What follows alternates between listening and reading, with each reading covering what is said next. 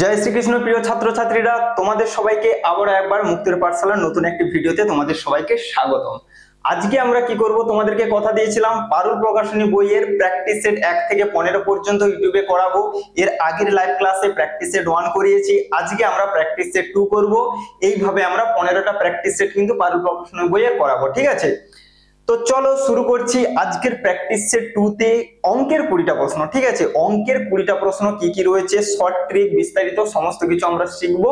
দেখো চলে আসছি আমরা এক এক করে। প্রথম প্রশ্ন আমাদের কি বলা রয়েছে, দেখো প্রথম প্রশ্ন আমাদের বলা রয়েছে কোন আয়তাকার মাঠের ক্ষেত্রফল 540 বর্গমিটার।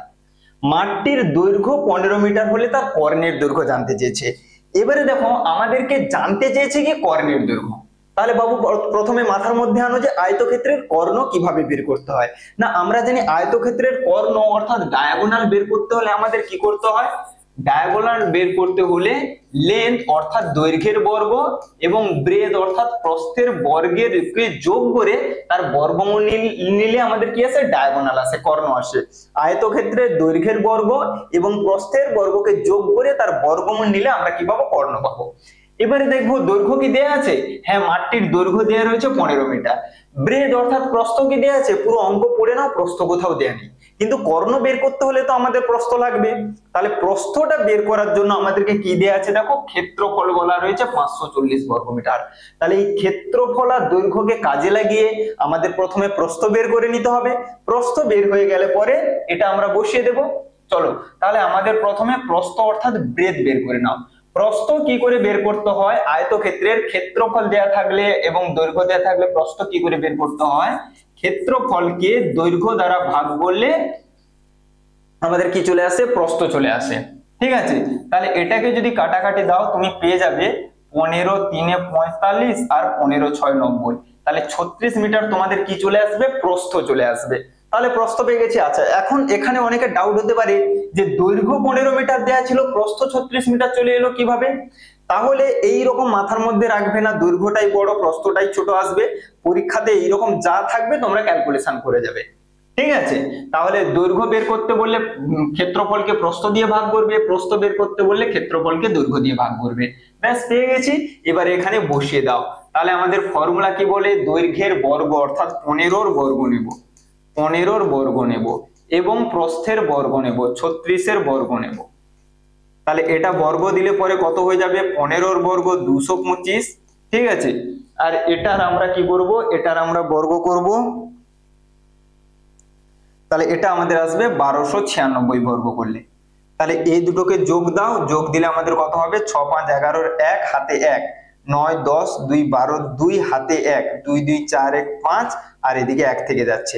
তাহলে 1521 কার বর্গমূল, 1521 হচ্ছে 39 এর বর্গমূল, ঠিক আছে?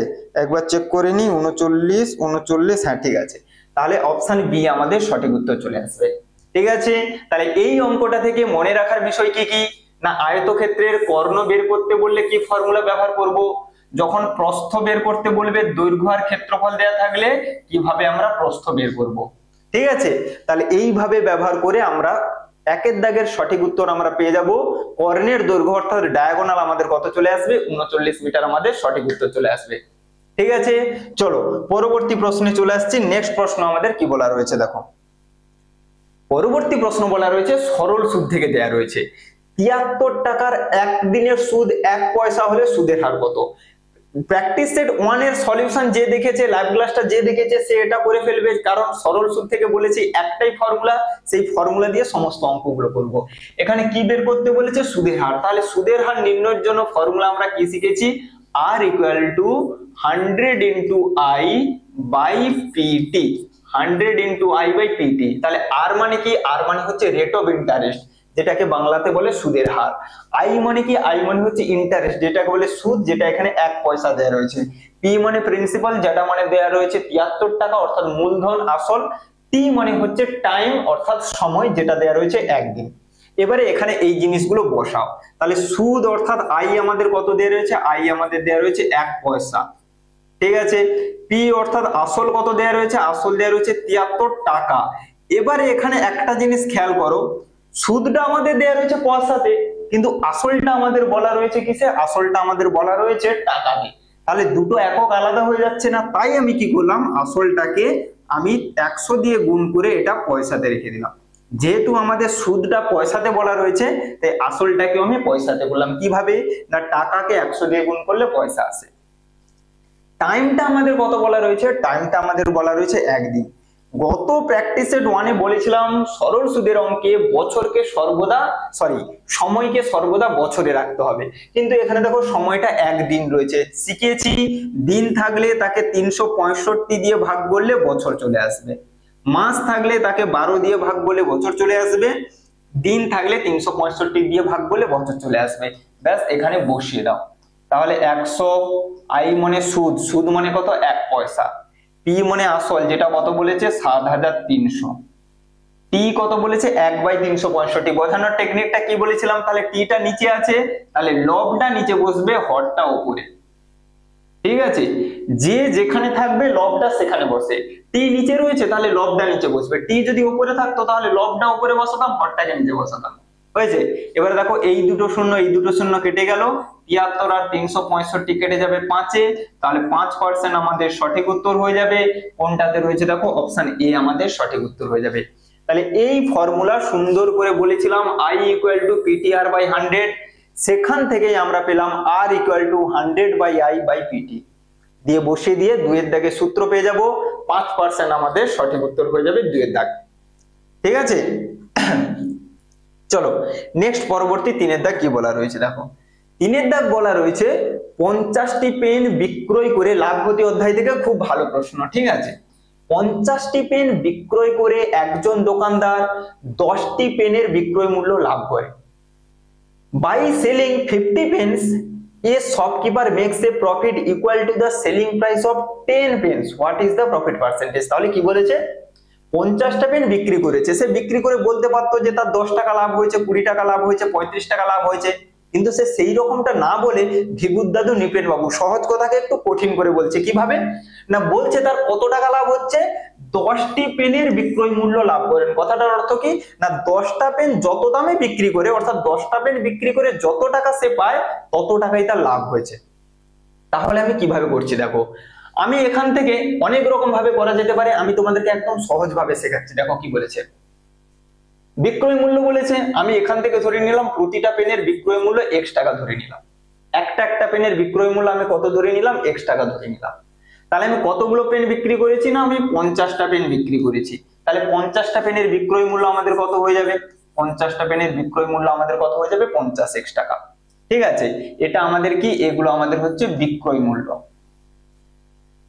তাহলে 50টা পেন বিক্রি করে আমি কত টাকা পাবো, 50x টাকা পাবো। কেন না, একটি পেনের বিক্রয় মূল্য যদি x টাকা হয় তাহলে 50টা পেনের বিক্রয় মূল্য কত হয়ে যাবে, 50x টাকা। আচ্ছা 10টি পেনের বিক্রয় মূল্য কত হবে না, একটা পেনের বিক্রয় মূল্য যদি x টাকা হয় তাহলে 10টি পেনের বিক্রয় মূল্য হবে 10x। এইটা সমান আমাদের কি বলা রয়েছে, লাভ বলা রয়েছে। এই দেখো প্রশ্নে বলেছে যে কত টাকা তার লাভ হয়, 10টি পেনের বিক্রয় মূল্য লাভ হয়, অর্থাৎ 10টি পেনের বিক্রয় মূল্য যত টাকা তত টাকাই তার লাভ হবে। বোঝা গেছে, তাহলে সে বিক্রি করেছে কত টাকাতে, 50x টাকাতে, এটা হচ্ছে তার বিক্রয় মূল্য। 10x টাকাটা কি, 10x টাকাটা হচ্ছে লাভ। এবারে আমরা প্রত্যেকে জানি বিক্রয় মূল্য অর্থাৎ সেলিং প্রাইস থেকে, এসপি থেকে যদি আমরা লাভকে বাদ দিই, প্রফিটকে যদি আমরা বাদ দিই, তাহলে আমরা কি পাই, ক্রয় মূল্য পাই, সেলিং তোমার কস্ট প্রাইস। ঠিক আছে, তাহলে বিক্রয় মূল্য থেকে যদি লাভ বাদ দিই তাহলে আমরা ক্রয় মূল্য পাবো। তাহলে মোট আমাদের বিক্রয় মূল্য কত, 50x, লাভ করেছে কত, সে 10x। তাহলে 50x থেকে 10x বাদ দিলে ক্রয় মূল্য আমরা কত পেয়ে যাব, 40x। তাহলে আমরা বের করতে কি চাইছি, বের করতে চাইছি লাভের হার, প্রফিট পার্সেন্টেজ। এবারে তোমরা প্রত্যেকেই লাভ ক্ষতি যে জানে, কিচ্ছু না, যে ন্যূনতম লাভ ক্ষতি জানে সে জানে যে লাভের হার কিংবা ক্ষতির হার কি করে বের করতে হয়। তাহলে আমরা লাভের হার কি করে বের করব না, লাভের হার বের করতে হলে আমাদের কি করতে হয়, লাভটাকে উপরে লিখতে হয়। তাহলে কত টাকা তার লাভ হয়েছিল বলেছে, 10x টাকা তার লাভ হয়েছে। নিচে আমাদের কি লিখতে হয়, সিপি কস্ট প্রাইস, ক্রয় মূল্যকে লিখতে হয়। ক্রয় মূল্য আমাদের কত হলো, 40x ইনটু 100। ঠিক আছে, তাহলে আমাদের কি করতে হয় না, আমাদের লাভের হার বের করতে হলে আমাদের কি করতে হয়, লাভ বাই ক্রয় মূল্য গুণ 100। এটা বসালে আমাদের কি পাবো, লাভের হার। লাভের হার। চলো তাহলে লাভ হয়েছে 10x টাকা, ক্রয় মূল্য কত পেলাম, এই যে এখান থেকে বিক্রয় মূল্য থেকে লাভ বাদ দিলে ক্রয় মূল্য আসে, তাহলে 40x টাকা ইন্টু 100। দেখো উপরের x নিচের x কেটে গেল, 10 আর 40 কাটাকাটি করলে 10 4 40, 4 আর 100 কাটাকাটি করলে 4 25 100, তাহলে উত্তর আমাদের চলে এলো 25%। কোনটাতে রয়েছে দেখো, অপশন ডি সঠিক উত্তর হয়ে যাবে। ঠিক আছে, একদম সহজভাবে বোঝালাম। বিক্রয় মূল্য ধরে নেবে 50টা পেনের বিক্রয় মূল্য, 10টা পেনের বিক্রয় মূল্য, 10টা পেনের বিক্রয় মূল্য যা হবে সেটাই হবে লাভ। তাহলে বিক্রয় মূল্য থেকে লাভ বাদ দিলে ক্রয় মূল্য পেয়ে যাবে। লাভের হার বের করতে বলেছে, লাভ বাই ক্রয় মূল্য গুণ 100, 25% আমাদের সঠিক উত্তর হয়ে যাবে। ঠিক আছে, খুব সুন্দর করে প্র্যাকটিস করো। সঙ্গে বলছি যারা আমাদের স্টুডেন্ট নও, ঠিক আছে, তোমরা আমাদের ইউটিউব ক্লাসের লিঙ্কগুলো পেতে, কবে কি ক্লাস হবে সেই লিঙ্কগুলো পাওয়ার জন্য, এবং এই যে সলিউশন যা কিছু করাচ্ছি এই সমস্ত সলিউশন গুলোর পিডিএফ পাওয়ার জন্য কি করতে হবে, এই ভিডিওর ডেসক্রিপশন বক্সে যে ক্লাসগুলো দেখছো সেই তার ডেসক্রিপশনে কিংবা কমেন্ট সেকশনে তোমরা হোয়াটসঅ্যাপ গ্রুপে লিঙ্ক পেয়ে যাবে, ওটা একদম ফ্রি। সেই গ্রুপে জয়েন থাকলে তোমরা কি কি গুলো পাবে, ক্লাসের লিঙ্ক পাবে, অর্থাৎ ইউটিউব ক্লাসের লিঙ্কগুলো কবে কি করানো হবে কিংবা হচ্ছে এই পিডিএফ গুলো তোমরা পেয়ে যাবে। ঠিক আছে, চলো তাহলে পরবর্তী চলে আসবো, 4 দাগের প্রশ্নে চলে আসবো। কি বলা রয়েছে, S salary is 75% of B's salary. If B's salary is 1700, what is S salary? কি বলেছে, এ এর বেতন বি এর বেতনের 75%, বি এর বেতনটা দেওয়া রয়েছে 1700 টাকা, তাহলে এ এর বেতন জানতে চেয়েছে। তাহলে কি জানতে চেয়েছে, এর বেতন কত, বি যত ইনকাম করে তার 75%।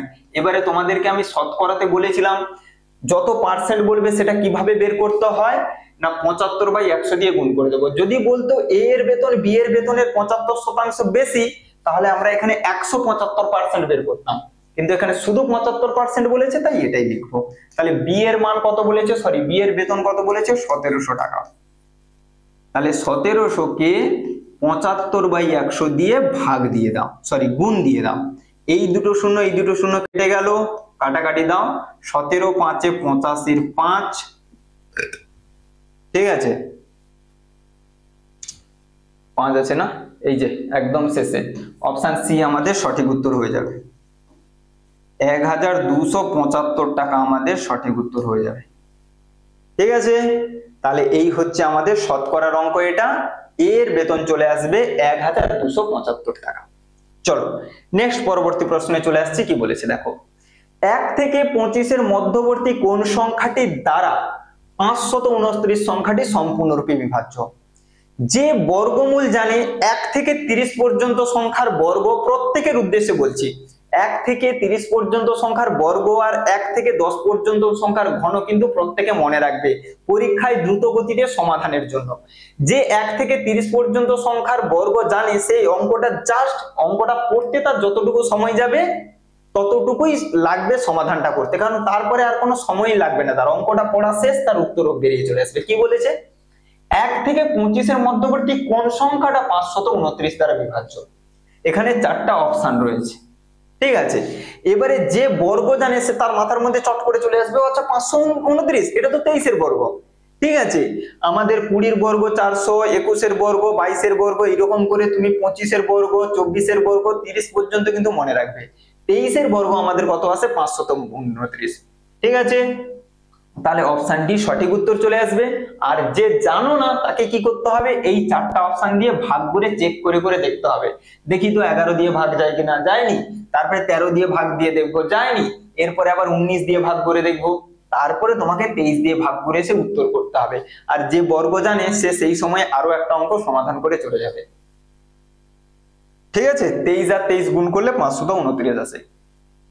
চলো 6 দাগে, একটি সাইকেল সেকেন্ডে 0.25 মিটার পথ গেলে 3600 মিটার পথ যেতে তার কত সময় লাগবে জানতে চেয়েছে।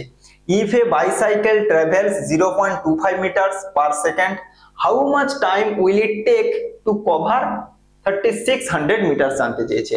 তাহলে কত যায়, সেকেন্ডে 0.25 মিটার যায়, 0.25 মিটার পথ যেতে তার কত সেকেন্ড সময় লাগে, 1 সেকেন্ড সময় লাগে। ঠিক আছে, তাহলে 0.25 মিটার পথ যেতে যদি তার 1 সেকেন্ড সময় লাগে, তাহলে 1 মিটার পথ যেতে তার কত সময় লাগবে? 1 কে 0.25 দিয়ে ভাগ দিয়ে দেবো। ঠিক আছে, 1 কে 0.25 দিয়ে আমরা কি দিয়ে দেবো? ভাগ দিয়ে দেবো। তাহলে 1 মিটার যেতে যদি অত সময় লাগে, 3600 মিটার যেতে তার কত সময় লাগবে? 3600 দিয়ে গুণ দিয়ে দেব। 1/0.25 উপরে 3600 দিয়ে গুণ দিয়ে দেবো। সিম্পল ঐকিক নিয়মের অঙ্ক, কোনো দূরত্ব সময় গতিবেগ লাগানোর দরকার নেই। আচ্ছা, তোমরা এটাকে সমাধানের জন্য দশমিকটা উঠিয়ে দাও। উপরে থাকলো 3600, নিচে থাকবে কত? 0.25 কে যদি ভগ্নাংশে লিখি 25/100 হবে। সেই 100টাকে উপরে তুলে দেবো, নিচে থাকবে 25। এবার এটাকে যদি কাটাকাটি করো কত আসবে? 25 4 এ 100, 36 আর 400 গুণ করলে আমাদের কত হয়ে যাবে বলো তো? আচ্ছা, গুণ দেওয়ার দরকার নেই, তোমরা যদি অপশন গুলো দেখো তাহলে খুব ভালো করে বুঝতে পারবে। তাহলে এত সেকেন্ড সময় লাগবে। এটাকে দেখো, গুণ করার দরকার নেই। কেন গুণ করার দরকার নেই? তুমি অপশন গুলো দেখো, সবগুলো সেকেন্ডে উত্তর আছে আর সবগুলো ঘন্টাতে উত্তর আছে। তাহলে উত্তর তো আমার সেকেন্ডে এসছে, তাহলে তুমি একে গুণ করে আবার 3600 দিয়ে ভাগ বলে ঘন্টাতে আসবে, তার থেকে দরকার নেই। আমি কি করব? 3600 সেকেন্ড সমান জানি তো আমি 1 ঘন্টা, তাহলে তাকে 4 দিয়ে গুণ করলে আমাদের কত হয়ে যাবে? 4 ঘন্টা আমাদের সঠিক উত্তর হয়ে যাবে। তাহলে এইখানের বুদ্ধিমানের কাজ কি হলো? যে এটাকে গুণ না করে, যেহেতু 3600 সেকেন্ড সমান 1 ঘন্টা হয়, এটাকেই আমি 1 ঘন্টা লিখে দিলাম। 4 দিয়ে গুণ করলে আমাদের 4 সেকেন্ড আমাদের সঠিক উত্তর হয়ে যাবে, 4 ঘন্টা আমাদের সঠিক উত্তর হয়ে যাবে, অপশন সি। তাহলে এই মিটার যেতে যদি 1 সেকেন্ড লাগে, তাহলে 1 মিটার যেতে কত লাগবে? 3600 মিটার যেতে কত লাগবে? ঐকিক নিয়মে করে দেব, অপশন সি সঠিক উত্তর হয়ে যাবে। যার যেখানে যা কিছু জিজ্ঞাসা থাকবে প্রত্যেকে পরবর্তীতে আবার রিপিট করে ভিডিওগুলো দেখবে, কমেন্ট সেকশনে জানাবে। ঠিক আছে, 7 দাগ চলে আসো। একটি সিনেমা দুপুর 1:50 শুরু হয়েছে। দুপুর মানে হচ্ছে PM। 127 মিনিট পর শেষ হয়। কটার সময় সিনেমাটা শেষ হয়েছিল জানতে চেয়েছে। A movie starts at 1:50 PM and ends after 127 minutes. At what time did the movie end? তাহলে শুরু হয়েছে কখন? শুরু হয়েছে 1:50। কত সময় ধরে সিনেমাটা চলেছে? না 127 মিনিট ধরে সিনেমাটা চলেছে। আচ্ছা বাবু, 127 মিনিট সমান ক ঘন্টা ক মিনিট? আমরা জানি 120 মিনিট হলে 2 ঘন্টা হয়, তার সঙ্গে 7 মিনিট থেকে যাবে। ঠিক আছে, তাহলে আমাদের এটা কত এলো? না 127 মিনিট সমান 2 ঘন্টা 7 মিনিট। তাহলে 2 ঘন্টা 7 মিনিট পরে সিনেমাটা শেষ হয়েছে। শুরু হয়েছে 1:50-এ, তাহলে তার সঙ্গে 2 ঘন্টা 7 মিনিট যোগ করে দেব, যোগ দাও। তাহলে 7, 5, 3, তাহলে 3:57-তে আমাদের শেষ হবে। কোনটাতে রয়েছে? দেখো অপশন বি তে রয়েছে।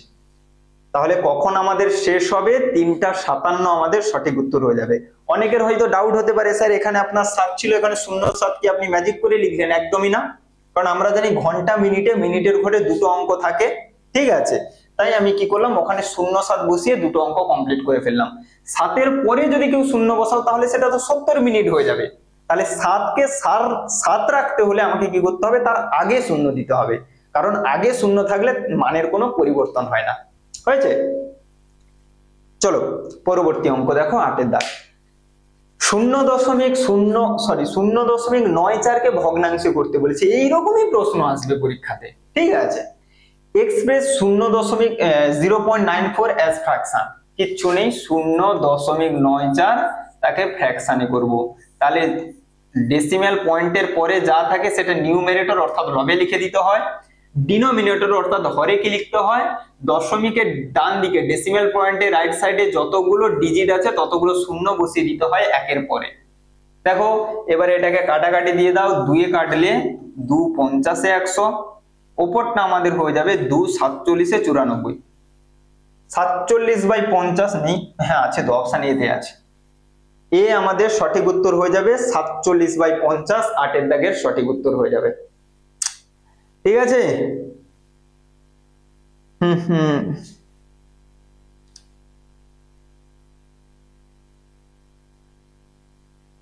চলো পরবর্তী দেখো, পরবর্তী প্রশ্ন দেখো 9-এর দাগ। লসাগু গসাগু অধ্যায় থেকে কতবার করিয়েছি, মানে জল হয়ে গেছে হয়তো। কোন ক্ষুদ্রতম সংখ্যাকে, what is the smallest number which when divided by 3, 5, 6 and 10 অর্থাৎ 3, 5, 6, 10 দ্বারা ভাগ করলে leaves a remainder of 2 in each case, প্রতি ক্ষেত্রে 2 ভাগশেষ থাকে। ঠিক আছে, তাহলে আমাদেরকে যখনই এই শব্দটা আমি দেখতে পাবো 3, 5, 6, 10 দ্বারা বিভাজ্য, অর্থাৎ 3 দ্বারাও ভাগ যাবে, 5 দ্বারাও ভাগ যাবে, 6 আর 10 দ্বারাও ভাগ যাবে, তাহলে এই রকম যখনই অনেকগুলো সংখ্যা দ্বারা বিভাজ্য সংখ্যা বের করতে বলে, প্রথমে আমরা কি করব, ওদের লসাগু করব। লসাগু করে ওদেরকে একটা সংখ্যায় পরিণত করে নেব। দেখো কতই যাবে, 3 এ যাবে, 3 একে 3, 5, 3 2 6, 10, এরপরে 2 এ দিয়ে দাও, 2 একে 2, 2 5 10, এরপরে 5 এ দিয়ে দাও। চলো তাহলে কত হলো দেখো, 5 2 10 3 30 আমাদের লসাগু এসছে। ঠিক আছে, তাহলে এলসিএম আমাদের লসাগু আমাদের কত হলো, 30। অর্থাৎ যে সংখ্যাটা 30 দিয়ে ভাগ যাবে সে 3, 5, 6, 10 দ্বারাও ভাগ যাবে। এবারে দেখো এখানে কি জানতে চেয়েছে, কোন ক্ষুদ্রতম সংখ্যা বলে দিয়েছে, মানে 2 অঙ্কের, 3 অঙ্কের, 4 অঙ্কের কিছু বলেনি, তার মানে লসাগু যেটা আসছে ওটাই উত্তর হবে।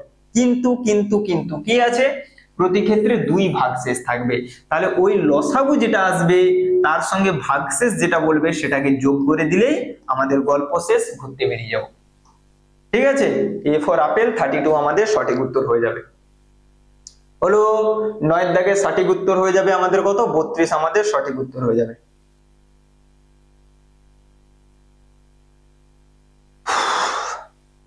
চলো 10 দাগে 3, 4, স্টার 2, 7 সংখ্যাটির লুপ্ত স্থানে, তাহলে এইখানে একটা অঙ্ক রয়েছে কিন্তু সেটাকে স্টার চিহ্ন দিয়ে লুকানো রয়েছে, সেটা আমাদেরকে খুঁজে বের করতে হবে। কত বসালে 11 দ্বারা ভাগ যাবে, তাহলে আগে আমাদের জানতে হবে 11 দিয়ে বিভাজ্যতা নিয়ম বলে কি, যে কোন সংখ্যা 11 দিয়ে কখন ভাগ যাবে, ভাগ না করে কি করে আমরা বুঝবো। ঠিক আছে, তাহলে আমি এখানে অঙ্কটা লিখে ফেলি, 3, 4, স্টার 2, 7। এবার আমরা জানি কোন সংখ্যা 11 দ্বারা কখন ভাগ যায়, না বিজোড় স্থানীয় অঙ্কের যোগফল এবং জোড় স্থানীয় অঙ্কের যোগফলের বিয়োগফল। তাহলে ভাষাটা কি বললাম, অনেকটা জটিল বলে ফেললাম। বিজোড় স্থানীয় অঙ্ক মানে প্রথমটাকে নেব, তারপরে একটা ছেড়ে তারপরে আবার একটা নেব, তাহলে কত কত নিলাম, 2, স্টার আর 3। কি কি নিলাম, 3, স্টার আর 7। এইগুলোকে আমাদের কি করতে হবে, যোগ করতে হবে। তাহলে স্টারে তো কি আছে জানি না, তাহলে যেটা জানি সেটাকে যোগ করলে আমাদের কত আসবে, 10 আসবে। এটাকে বলা হয় বিজোড় স্থানীয় অঙ্ক। জোড় স্থানীয় অঙ্ক কোনগুলোকে বলে, না যেটা পড়ে আছে, কেউ এমনটা ভাববে না যে বিজোড় সংখ্যার জোড় সংখ্যা, যে স্যার এখানে 7 আর 3 যোগ করেছে এটা হচ্ছে বিজোড় সংখ্যা, 4 আর 2 যোগ করেছে ওটা হচ্ছে জোড় সংখ্যা। না, জোড় সংখ্যা বিজোড় সংখ্যা নয়, জোড় স্থানীয় অঙ্ক বিজোড় স্থানীয় অঙ্ক, অর্থাৎ প্রথম ঘর থেকে একটা ছেড়ে আবার একটা ছেড়ে আবার, সে যে সংখ্যা হতে পারে, এরকম একটা ছেড়ে ছেড়ে যোগ করব, বাকি যেগুলো পড়ে থাকবে তাদেরকে যোগ করব। তাহলে বাকি যেগুলো পড়ে আছে, কত কত পড়ে আছে, 4 আর 2, এটাকে যোগ করব। তাহলে 4 আর 2 যোগ করলে কত হচ্ছে, 6। এই বিজোড় স্থানীয় অঙ্কের যোগফল আর জোড় স্থানীয় অঙ্কের যোগফলকে কি করতে হবে, বিয়োগ করতে হবে। তাহলে 10 থেকে 6 বাদ দিলে কত আসে, 4। অনেকে কি করে দেবে, অপশনের মধ্যে 4 থাকবে সেটা করে দিয়ে চলে আসবে। ঠিক আছে, অপশনের মধ্যে কিন্তু 4 থাকবে সেটা করে দিয়ে চলে আসবে, কারণ এইভাবেই শেখানো হয় যে এইগুলোকে যোগ করবে, এইগুলোকে যোগ করবে, বিয়োগফল যেটা আসবে সেটাই উত্তর হয়ে যাবে। একদম ভুল। তোমাকে ভালো করে খেয়াল করতে হবে, এই যে দুটো যোগফল এসছে সেই দুটো যোগফলের মধ্যে বড় কে, যার সঙ্গে স্টার চিহ্ন আছে সেটা বড়, না যার সঙ্গে স্টার চিহ্ন নেই সেটা বড়। যার সঙ্গে স্টার চিহ্ন আছে সেটা যদি বড় হয় তাহলে তোমাকে কি করতে হবে, 11 থেকে ওই বিয়োগফলকে আবার বাদ দিতে হবে। ভালো করে কথাগুলো খেয়াল করো, কিন্তু আমি কি কি বলছি, যে জোড় স্থানীয় অঙ্কগুলোকে যোগ করবে, বিজোড় স্থানীয় অঙ্কগুলোকে যোগ করবে, যোগ করে বিয়োগ করবে। ঠিক আছে, বিয়োগ করার পর তোমাকে দেখতে হবে যার সঙ্গে স্টার চিহ্ন ছিল সেই যোগফলটা বড়, না যার সঙ্গে স্টার নেই সেই যোগফলটা বড়। যার সঙ্গে স্টার নেই সেই যোগফলটা যদি বড় হয় তাহলে এই বিয়োগফল যেটা আসবে সেটাই আমাদের উত্তর হয়ে যাবে। কিন্তু যার সঙ্গে স্টার চিহ্ন রয়েছে সেই যোগফলটা যদি বড় হয় তাহলে এদেরকে বিয়োগ করার পরে বিয়োগফল যেটা আসবে 11 থেকে সেটাকে আবার বাদ দিতে হবে। অপশন ডি আমাদের সঠিক উত্তর হয়ে যাবে। ঠিক আছে, তাহলে এখানে 7 বসিয়ে দাও, 7 7 14, 14 আর 3 17, 17, 4 আর 2 যোগ করলে 6 11, 11 11 দিয়ে ভাগ চলে যায়। ঠিক আছে, বিজোড় স্থানীয় অঙ্কের যোগফল থেকে জোড় স্থানীয় অঙ্কের যোগফল যদি বাদ দিই, সেই বিয়োগফলটা যদি 0 কিংবা 11 গুণিতক হয় তবেই 11 দ্বারা ভাগ যাবে। তাহলে এই পয়েন্টটা কিন্তু প্রত্যেকে খেয়াল করবে। এই যোগফলটা একদম মুখস্থ করে করবে না যে এই দুটো বিয়োগ করলেই যেটা আসবে সেটাই উত্তর হবে। পরীক্ষক কিন্তু 4 অপশনে দেবে, আমি বারবার করে বলে যাচ্ছি। বহু ছেলে 100 জনের মধ্যে যারা এটা জানে না, ফলো করে না, তারা কিন্তু প্রত্যেকে বিয়োগ করে 4 আসবে, 4ই করে দেবে। কিন্তু তোমাকে এটা খেয়াল রাখতে হবে। হয়েছে? চলো পরবর্তী অঙ্কে চলে আসবো। সরল করো, কিচ্ছু নেই, দশমিকের যোগ বিয়োগ গুণ ভাগ রয়েছে, বসিয়ে দাও। আমি একবার নিচে তুলে নিই, 13.28 বিয়োগ 4.07 যোগ 2.7 গুণ 0.02। চলো তাহলে আমাদের ভি বদমাস নিয়ম অনুযায়ী আমাদের কার কাজ হয়ে যাবে? প্রথম আমাদের ভাগের কাজ। ভাগ কি আছে? নেই। তাহলে আমাদের গুণের কাজ। গুণ কি আছে? হ্যাঁ গুণ আছে, এই দুজনের মধ্যে গুণ আছে, তাহলে গুণ দেব। 13.28 বিয়োগ 4.07 যোগ 2.7 এর সঙ্গে, আচ্ছা তাহলে 27 আর 2 গুণ করলে 27 2 54, এখানে 2 ঘর এখানে 1 ঘর, 3 ঘর আগে দশমিক বসে যাবে, 0.054। ঠিক আছে, আর তোমাদের প্রত্যেককেই আমি বলবো তোমরা এখন ছোট, কেউ এইরকম করবে না, ফোন নিয়ে ক্যালকুলেটর নিয়ে কখনোই ক্যালকুলেশন করবে না। কারণ তোমাকে মনে রাখতে হবে তুমি যে জেএনভিএসটির পরীক্ষা দিতে যাচ্ছ সেখানে কিন্তু তোমাকে ক্যালকুলেটর অ্যালাউ করবে না। তাহলে তোমাকে সেইভাবে মাইন্ডটাকে তৈরি করে যেতে হবে যে আমার ক্যালকুলেশনের স্পিড। তুমি যদি বাড়িতে সেইভাবে প্র্যাকটিস করো যে যা গুণ আসছে যা ভাগ আসছে ক্যালকুলেটরে বসিয়ে অঙ্ক করে যাচ্ছে, আমি সব অঙ্ক পারি কিন্তু সমাধানগুলো আমি কি করছি তাড়াতাড়ি ক্যালকুলেটরে করে নিচ্ছি, না একদম করবে না। বাড়িতে তুমি ওইভাবেই প্র্যাকটিস করো যেভাবে তুমি পরীক্ষাতে করবে। হয়েছে? পরীক্ষাতে আমাকে ক্যালকুলেটর নিতে দেবে না, তাহলে আমাকে সেইভাবেই আমাকে প্রস্তুতি নিয়ে যেতে হবে। চলো এবারে দেখো এই জায়গাটা খেয়াল করো। এরপরে আমাদের ভি বদমাস নিয়ম অনুযায়ী কি হয়, আমাদের যোগ আর বিয়োগ আছে, মানে যোগ হবে। বহু ছেলে মেয়ে এইটাকে যোগ করে দেবে। আমি আবারও বলছি, বহু ছেলে মেয়ে এইটাকে যোগ করবে। এইটাকে যারা যারা যোগ করে দিয়েছে মানো অংশহা, মানে ভুল।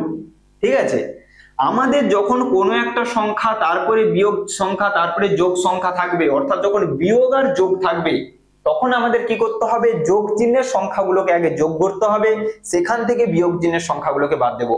আবার একবার বোঝাচ্ছি, সরলীকরণের অঙ্কে যখন কেবলমাত্র যোগ আর বিয়োগ থাকবে, অন্য কিচ্ছু না, গুণ ভাগ কিচ্ছু না, শুধু যোগ বিয়োগ থাকবে, তখন কি করবে, যোগ চিহ্নের সংখ্যাগুলোকে আগে যোগ করবে, অর্থাৎ যাদের সামনে যোগ চিহ্ন আছে তাদেরকে আগে যোগ করবে, সেখান থেকে বিয়োগ চিহ্নের সংখ্যাগুলোকে বাদ দেবে। অর্থাৎ আমি কি করব, 13.28 এর সঙ্গে 0.054 কে যোগ করব, সেখান থেকে 4.07 কে বিয়োগ করব। ঠিক আছে, তাহলে এটা যোগ দিলে পরে কত হয়ে যাবে, এটা যোগ দিলে পরে হবে 4, 8 5 13, 3 হাতে 1 2 1 3, এখানে হয়ে যাবে 13.334, সেখান থেকে 4.07 বাদ দেব। এটা যদি বাদ দিয়ে আমাদের কত আসবে, এখানে একটা শূন্য বসিয়ে দেবো, মানে 4 থেকে যাবে, 13 থেকে 7 বাদ দিলে 6 থাকবে, এখানে 2 থাকবে, 13 থেকে 2 বাদ দিলে 13 থেকে 4 বাদ দিলে 9 হয়ে যাবে, 9.264 অপশানে রয়েছে। অপশান সি আমাদের সঠিক উত্তর হয়ে যাবে 9.264। ঠিক আছে, 11 দাগের সঠিক উত্তর আমাদের হয়ে যাবে অপশান সি 9.264। হলো, এইটা কিন্তু খুব ইম্পর্টেন্ট, এই জায়গাটা খুব ভালো করে খেয়াল করবে। যোগ চিহ্ন বিয়োগ চিহ্ন থাকলে যোগ চিহ্নের সংখ্যাগুলোকে আগে যোগ করব, সেখান থেকে বিয়োগ চিহ্নের সংখ্যাটাকে বাদ দেব, 9.264। চলো 12 দাগ, নিচের কোন সংখ্যাটি 12 দ্বারা বিভাজ্য নয়? খুব ইম্পর্টেন্ট পয়েন্ট, নয়। এইগুলোই কিন্তু ভুল হয়ে যায়, 12 দ্বারা বিভাজ্য নয় বলেছে, যেটা 12 দ্বারা বিভাজ্য সেটাই করে দিয়ে চলে এসছে। এখানে 4টার মধ্যে 3টা সংখ্যা এমন পাবে যেটা 12 দ্বারা বিভাজ্য। দেখা যাবে একের দাগের সংখ্যাটা 12 দ্বারা বিভাজ্য, তুমি এত খেয়াল করলে নাও 12 দ্বারা বিভাজ্য বলেছে, একের দাগেরটা 12 দিয়ে ভাগ গেছে, বাকিগুলো দেখার দরকার নেই, ধাড় ধাড় করে দিয়ে চলে এসেছি। একদম খেয়াল করে 12 দ্বারা বিভাজ্য নয় বলেছে, তাহলে তুমি এগুলোকে একটা একটাকে 12 দিয়ে ভাগ করে দেখতে পারো। না হলে আর টেকনিক কি আছে, যে সংখ্যাটা 12 দিয়ে ভাগ যাবে সেটা 3 আর 4 দিয়ে ভাগ যায়। তাহলে দেখো এর মধ্যে কোন সংখ্যাটা 3 আর 4 ভাগ যাচ্ছে, তাহলে প্রথমে 3 এর নিয়ম লাগাও। আমি এখানে 4টা একবার তুলে নিচ্ছি, A B C R D. ধরো কত কত রয়েছে 4 2 8 4, তারপরে রয়েছে 6 0 6 8, এরপরে রয়েছে 1 7 1 6 6 8 7। আমি একবার শুধু তুলে নিলাম। চলো এবার দেখো এটা কি 3 দিয়ে ভাগ যাবে, তাহলে 3 দিয়ে বিভাজ্যতা নিয়মাবলী কি বলে, অঙ্কগুলোর যোগফল। তাহলে এটাকে যোগ দাও, 4 2 6 8 6 14 14 6 18, 18 কি 3 দিয়ে ভাগ যায়, হ্যাঁ, তাহলে এই সংখ্যাটাও 3 দিয়ে ভাগ যাবে। এটাকে যোগ করো, 6 6 12 8 20, 20 তো 3 দিয়ে ভাগ যায় না, তাহলে এই সংখ্যাটাও 3 দিয়ে ভাগ যাবে না। এটাকে করো 7 1 8 1 9 9 6 15, 15 কি 3 দিয়ে ভাগ যায়, হ্যাঁ, তাহলে এটাও 3 দিয়ে ভাগ যাবে। এটা যোগ দাও, কত হচ্ছে 8 6 14 14 6 20 7 27, হ্যাঁ, এটাও 3 দিয়ে ভাগ যায়। তাহলে আমরা তিনটে সংখ্যা দেখতে পাচ্ছি এ সি আর ডি যারা 3 দিয়ে ভাগ যাচ্ছে। তাহলে বি তো আমাদের বিলকুল উত্তর হবে না, এটা আমি বলতে পারি, কারণ ওটা 3 দিয়ে ভাগ যায়নি, মানে ওটা 12 দিয়েও ভাগ যাবে না। আর আমাদের ওটাই বের করতে বলেছে কোন সংখ্যাটা 12 দ্বারা বিভাজ্য নয়। তাহলে অপশন বি আমাদের সঠিক উত্তর হয়ে যাবে 6868। ঠিক আছে, তাহলে আমি এখানে যে 4টা দেখলাম তার মধ্যে 3টা 3 দিয়ে ভাগ চলে গেছে, এই সংখ্যাটা দেখতে পেলাম 3 দিয়ে ভাগ যাচ্ছে না, তাহলে 3 দিয়ে ভাগ যায়নি মানে এটা 12 দিয়েও ভাগ যাবে না, অপশন বি সঠিক উত্তর হয়ে যাবে। ঠিক আছে, অপশন সি সঠিক উত্তর হয়ে যাবে। এটা 4 দিয়েও যাবে, 4 2 8 4 1 4, এটা 4 দিয়ে যাবে, 4 4 16, এটা 4 দিয়ে যাবে, 19 4 76। কত দেখো ভাগ না করে কত সহজে করে ফেললাম, অপশন বি আমাদের সঠিক উত্তর হয়ে গেল। চলো পরবর্তী প্রশ্ন আমাদের বের করতে বলেছে 30 ও 50 এর মধ্যে কটি মৌলিক সংখ্যা আছে। এই যে শব্দটা মধ্যে, এই যে শব্দটা বিটুইন, পর্যন্ত এবং মধ্যে, দুটো শব্দ, দুটোর পাওয়ার কিন্তু খুব বিশাল। মধ্যে বললে উত্তর একটা চলে আসবে, এখানে পর্যন্ত বলে দিলে আর একটা উত্তর হয়ে যাবে, ভালো করে খেয়াল করবে। তাহলে মধ্যে বললে ওই সংখ্যাগুলোকে ধরবো না, পর্যন্ত বললে ওদেরকে ধরবো। ঠিক আছে, তাহলে 30 থেকে 50 এর মধ্যে কতগুলো প্রাইম নাম্বার আছে, আমি 1 থেকে 200 পর্যন্ত প্রাইম নাম্বার মনে রাখতে বলেছি সবাইকে। শুধু মনে রাখা মানে এই নয় যে একবার পড়ে নিলাম স্যার বলেছে, হবে না, কিন্তু বারবার তোমাকে 2-5 দিন অন্তর সপ্তাহে একবার করে কিন্তু পড়তে হবে, তাহলে দেখবে সুন্দর করে মনে থেকে যাবে। 30 থেকে 50 এর মধ্যবর্তী মৌলিক সংখ্যা, তাহলে দেখো 30 থেকে 50 এর মধ্যে শুরু করলাম 31 দিয়ে, 31 এর পরে আমাদের হয়ে যাবে কত 37, এরপরে চলে আসো 4 এর ঘরে, অর্থাৎ আমাদের হয়ে যাবে 41 43 এবং 47, গল্প শেষ। তাহলে কতগুলো আমাদের হলো 5টি আমাদের সঠিক উত্তর হয়ে যাবে। কোনটাতে রয়েছে দেখো, অপশন বি সঠিক উত্তর হয়ে যাবে 5টি। কতগুলো প্রাইম নাম্বার রয়েছে, 31 37 41 43 47, অর্থাৎ 5টা মৌলিক সংখ্যা রয়েছে প্রাইম নাম্বার। ঠিক আছে, চলো নেক্সট চলে আসছে 14 দাগ। আবার একটা জ্যামিতির অঙ্ক রয়েছে, একটি বর্গক্ষেত্রের কর্ণের দৈর্ঘ্য 2√2 সেমি, তার বাহুর দৈর্ঘ্য কত। একদম সহজ একটা প্রশ্ন বলেছে, কিচ্ছু নেই। If the length of a diagonal of a square is 2√2 semi, what is the length of its side?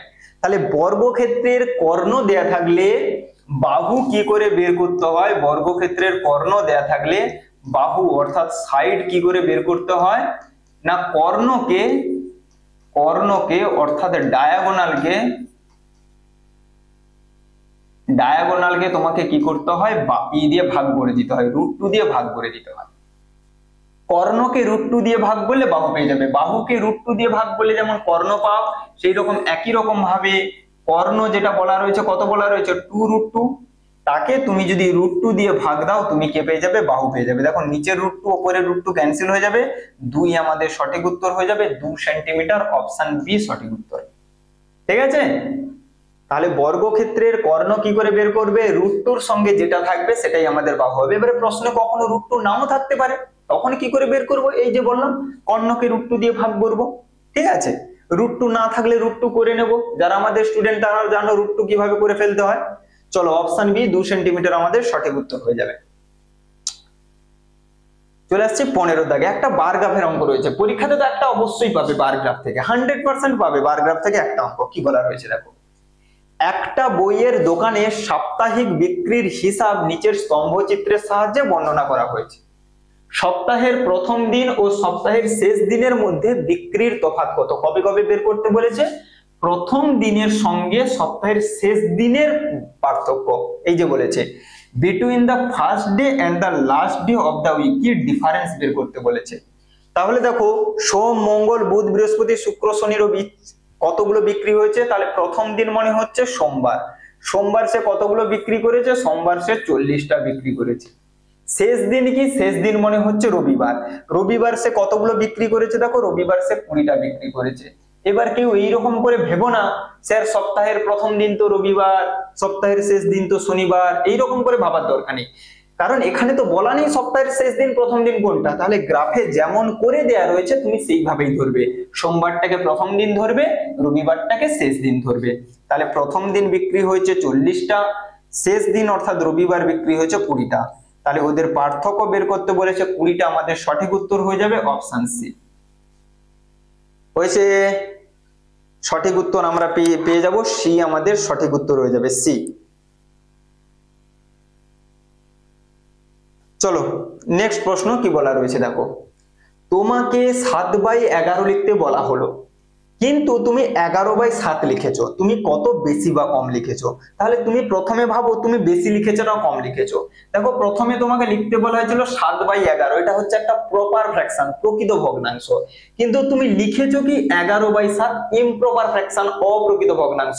তাহলে আমরা ভালো করেই জানি যে প্রকৃত ভগ্নাংশের থেকে অপ্রকৃতের মান বড় হয়, তাহলে আমাকে লিখতে বলেছিল প্রপার ফ্র্যাকশন, আমি লিখেছি ইমপ্রপার ফ্র্যাকশন, তাহলে আমি বেশি লিখেছি, তাহলে কম গুলো তো উত্তর হবে না, এটা প্রথমে ক্যান্সেল করে দিলাম। যেহেতু আমি ইমপ্রপার লিখেছি তাহলে আমি বেশি লিখেছি, তাহলে কত বেশি লিখেছি সেটার জন্য দুজনকে বিয়োগ করে দেব, 11/7 থেকে 7/11 কে মাইনাস করে দেব। ঠিক আছে, তাহলে বাদ দাও, 11 আর 7 এর এলসিএম 77 হয়ে যাবে, 11 11 221 হয়ে যাবে, 7 7 49 হয়ে যাবে। তাহলে এটাকে যদি আমরা বাদ দিই তাহলে কত আসবে দেখো, উপরে 11 থেকে 9 বাদ দিলে 2, আর 11 থেকে 4 বাদ দিলে 7, 72/77 অপশন এ সঠিক উত্তর হয়ে যাবে। ঠিক আছে, তাহলে আমি কত বেশি লিখেছি, 72/77, এটা হচ্ছে আমি বেশি লিখেছি হলো। তাহলে 11/7 থেকে আমি 7/11 কে মাইনাস করে দেব। এইখানে কেউ প্রথমটা থেকে যে খুব বেশি বুঝে না করলে প্রথমটা থেকে শেষটা মাইনাস করে দেবে, তোমার এই রকমই তো উত্তর আসবে, মাইনাসে উত্তর আসবে, তখন তুমি কি বলে কোনটা করবো, বেশি না কম, তাহলে সামনে মাইনাস আসছে দাও কম কি ধাড় ধাড় মেরে। ঠিক আছে, লজিক লাগাতে হবে যে আমাকে প্রপার ফ্র্যাকশনের জায়গায় আমি ইমপ্রপার লিখেছি, মানে আমি বেশি লিখেছি, তাহলে এটা আমাদের সঠিক উত্তর হয়ে যাবে। চলো নেক্সট দেখো, একটা সরল রয়েছে, চলো করা যাক। তাহলে আমাদের প্রথমে ভি বদমাস অনুযায়ী রৈখিক বন্ধনী নেই, বন্ধনী রয়েছে, প্রথম বন্ধনী রয়েছে, তাহলে প্রথম বন্ধনী যেখানে আছে সেখানে চলে যাও, বাকি যে যেখানে বাঁধা হয়ে আছে সেখানে সেই রকমই বেঁধে দাও। 88 মাইনাস, আচ্ছা এটা প্রথম বন্ধনীর আছে, মাল্টিপ্লাই করে দাও, 13 দিয়ে 26 এর 6, হাতে 2, 13 কে 13 দিয়ে 15, 156। এটা আমাদের দেখো 40 থেকে 9 বাদ দিলে আমাদের কত হয় 31, 31 কে 3 দিয়ে গুণ করলে 93। আমি একসঙ্গে করে দিলাম, একটা স্টেপ জাম্প করলাম। ঠিক আছে, একটা স্টেপ জাম্প করে গেলাম, 40 থেকে 9 বাদ দিলে 31, 31 কে 3 দিয়ে গুণ করলে 93। এখানে আমাদের আছে 200 রয়েছে, এখানে আমাদের 88 রয়েছে, 156 থেকে 93 বাদ দিলে 6 থেকে 3 বাদ দিলে 3, 15 থেকে 9 বাদ দিলে আমাদের কত হয় 6, 63। এখানে আমাদের থাকলো 200, এটা মাইনাস করলে আমাদের কত হয়, 8 থেকে 3 বাদ দিলে 5, 8 থেকে 6 বাদ দিলে 2, 200 কে 25 দিয়ে ভাগ করলে দেখো 8, অপশন বি সঠিক উত্তর হয়ে গেল। অপশন বি আমাদের সঠিক উত্তর হয়ে গেল, কিচ্ছু নেই, একদম সহজ হয়েছে। 17 দাগ আমাদের সঠিক উত্তর হয়ে গেল, অপশন বি 8 আমাদের সঠিক হয়ে গেল। চলো পরের দাগ কি বলা রয়েছে দেখো, 3 অঙ্কের কোন ক্ষুদ্রতম সংখ্যা 18, 24, 42 দ্বারা বিভাজ্য বের করতে বলেছে। এক্ষুনি করলাম, অ্যান্সার করো। What is the smallest 3 digit number divisible by 18, 24 and 42? ঠিক আছে, ডিভিজিবল বাই এটা করতে বলেছে, বের করো।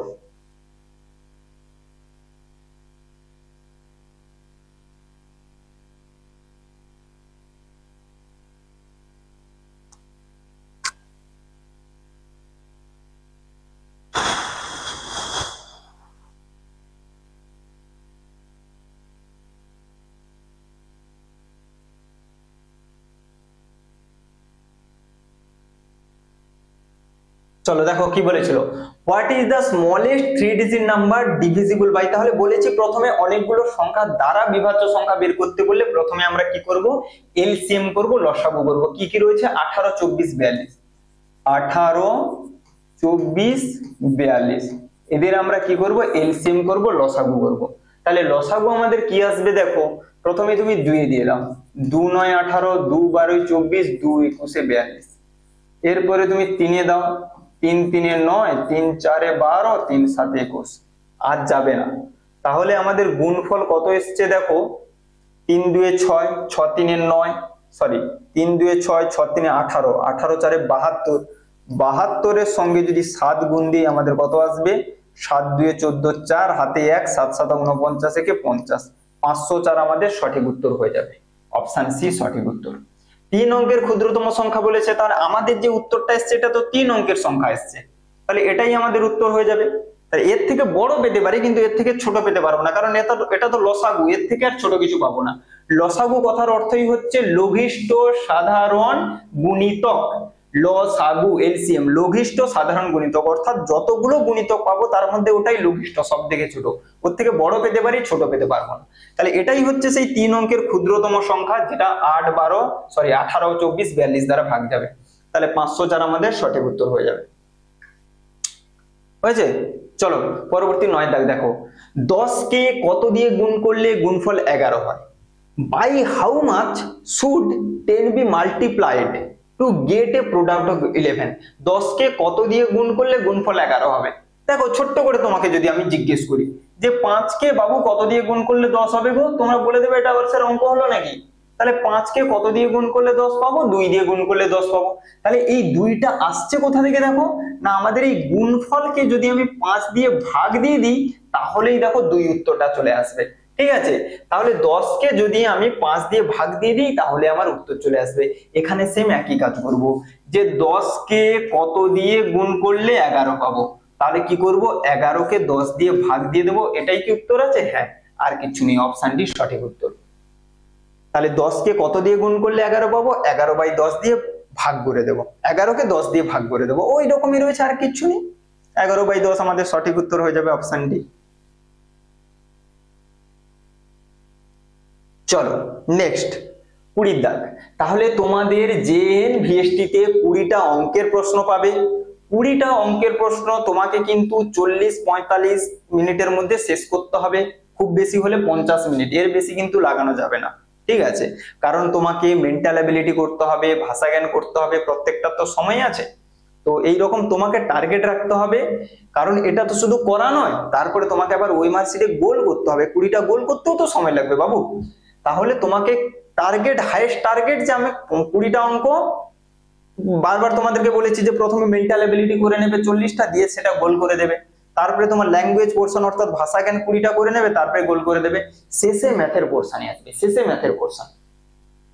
20 দাগ, 4 অঙ্কের বৃহত্তম 100 এর গুণিতক কোনটি? What is the greatest 4 digit multiple of 100? তাহলে 100 এর গুণিতক মানে তার শেষে দুটো শূন্য থাকবে, কি হবে সেটা আমি জানি না, আমি এটুকু বলতে পারি 100 এর গুণিতক মানে তার শেষে দুটো শূন্য থাকবে, তার বেশি শূন্য থাকতে পারে ঠিক আছে, কিন্তু তার কম শূন্য থাকবে না।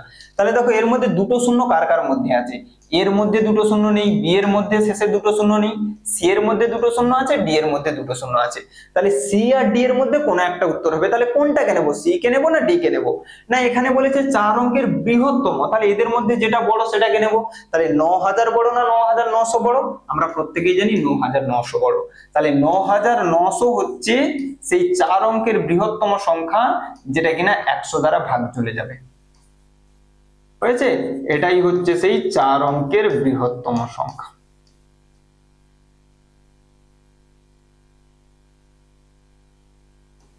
হয়েছে।